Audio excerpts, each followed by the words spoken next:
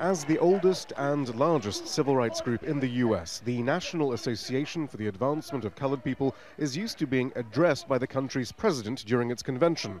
Not so this year. In fact, the organization learned only secondhand that President Donald Trump had declined its invitation to attend.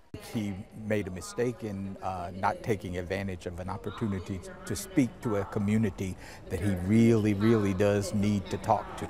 From healthcare to education, there is opposition to the Trump administration's policies here, and a belief that the Republican Party is determined to disenfranchise African-American voters through redistricting, voter roll purges, and voter identification laws.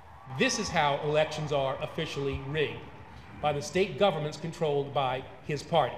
But it's not just Donald Trump who feels the NAACP isn't particularly relevant. Some within the African-American community argue the organization has lost its way. A few weeks ago, the Council of Bishops of the African Methodist Church accused it of being on a path toward irrelevance and its ultimate demise. Critics accuse the NAACP of being too eager for corporate sponsorship and the trappings of power to intimidate Washington's political class into taking the African-American community seriously.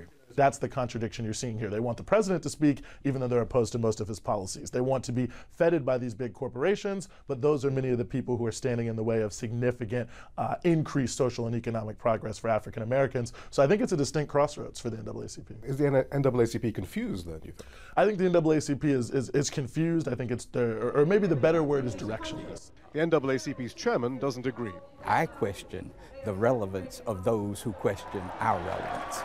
Previous U.S. presidents have addressed this convention even as they were pursuing policies that were devastating to the African-American community, like mass incarceration or the dismantlement of the social safety net. So it could be argued that the Trump administration's failure even symbolically to suggest it cares what the NAACP thinks is refreshingly honest. Shihab, Rattansi, Al Jazeera, Baltimore.